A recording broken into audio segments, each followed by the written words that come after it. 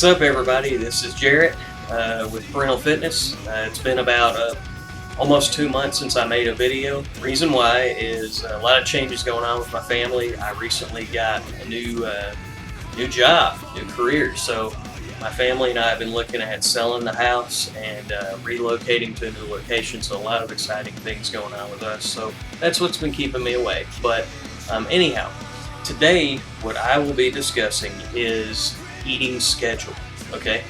And how to fill the eating schedule. Now, I've given myself some notes over here because I don't want to get off too far off topic, because there's so many things to discuss when it comes to eating. I want to really narrow this down to the eating schedule, particularly for people who are busy. That's what this video is going to be about. So the first thing that I want to talk about is the number of times that I eat during the day. Typically, I eat about 6 to 7 times a day. Now, for those of you that are probably not familiar with this type of eating throughout the day, don't visualize me eating 6 to 7 full-blown meals during the day. That's not what's going on. I'm really eating 3 meals and then snacking throughout the rest of the day. That's kind of how it works. So, this should be the premise of everybody's eating plan, in my opinion. Talk to your doctor, they may have other ideas, but that's what I think works best. Why do I think that works best? Well, metabolism, okay? In order to keep your metabolism hot and running and doing what it needs to do, you have to continue feeding your body calories. Now, for those of you who are trying to lose weight, that may be a hard thing to contemplate, but trust me, that's how it works. If you don't feed your body calories, you starve. Your body goes into starvation mode, your metabolism slows down. So by eating many times during the day, your metabolism continues working and continues staying hot. I tried to come up with a metaphor to explain why so many times a day is, in my opinion, the most effective way to do it. The metaphor I came up with is, let's say you have 2 guys who are trying to build a campfire, okay? You got one guy over here. He's trying to build his campfire. He's got all his logs set up, and he's trying to start his campfire with just a match. He's trying to light the log. How easy does that sound? It's probably not that easy, okay? Then you got the other guy over here who is building a campfire, but he's going and doing what he's supposed to by gathering dry leaves, dry brush, twigs, and he's going to try to light that instead. So out of the 2, which one do you think is going to be easier to light?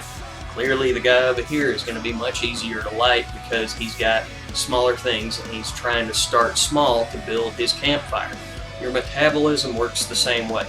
If you're confused after that metaphor, message me and I'll try to explain better, but I hope that was an adequate metaphor to explain why I think that eating many times a day is going to be the most effective method to keep your metabolism hot.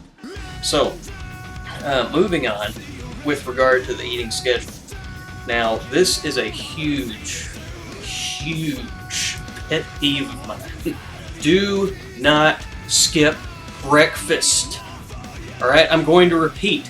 Do not skip breakfast.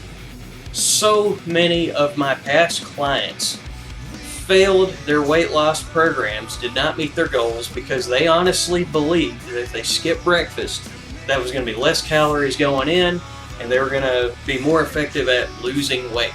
They were going to burn more fat because they didn't eat breakfast. Dumb decision, okay? You must eat breakfast. Why must you eat breakfast? Okay, let's look at the word breakfast. There's 2 words in it. Break, fast. Break, fast. You sleep for 8 hours. You don't eat anything. Your body is in a fasting state for those 8 hours. So what happens if you skip breakfast is your body remains in a fasting state. Your metabolism is just as slow as it was when you were asleep. And so what ends up happening is you've skipped breakfast, your body is still in a fasting state, and then you go to lunchtime so hungry you buy this big carb-rich oily plate of food and you eat it. Okay? And then we go back to the metaphor I was talking about. You're this guy over here who is trying to start a fire with a log. Okay? You've dumped all this on a sleeping metabolism, and your metabolism has so much trouble waking itself up because you've loaded it at lunchtime with all this stuff. So why do you think you're going to feel tired, exhausted, and comatose after you come back from lunch? That's why. You didn't start from the beginning and eat your 6 to 7 times a day, every 2 to 3 hours. You skip breakfast and you just waited until lunch, you waited until dinner, and you wonder why you're tired and groggy all the time.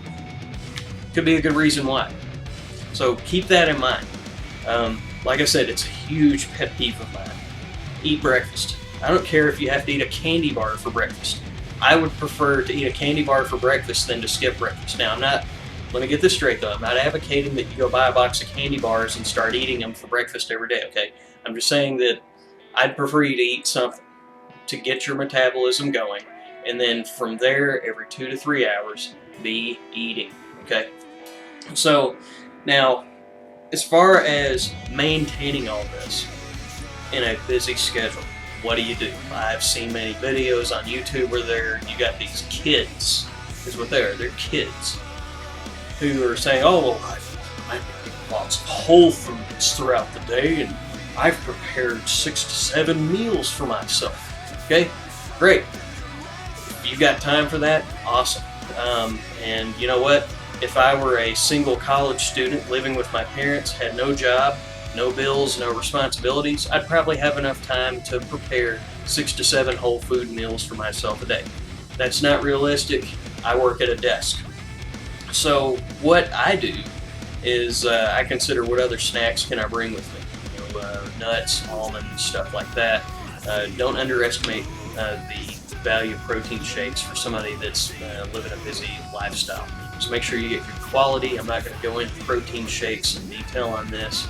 I'll probably do many separate videos on protein shakes because there's so many different ones. For somebody like myself, that works out great because I can eat my breakfast in the morning. By the time I get to my desk, I usually have about maybe an hour and a half before it's time for me to eat again, and I can just bring my protein with me to work in a big bag, and I can just scoop it in, drink it, and I'm good to go. It keeps my metabolism hot during the day. So that's what seems to work best for me, but you can also consider like little snacks and stuff like that just to kind of keep the metabolism going.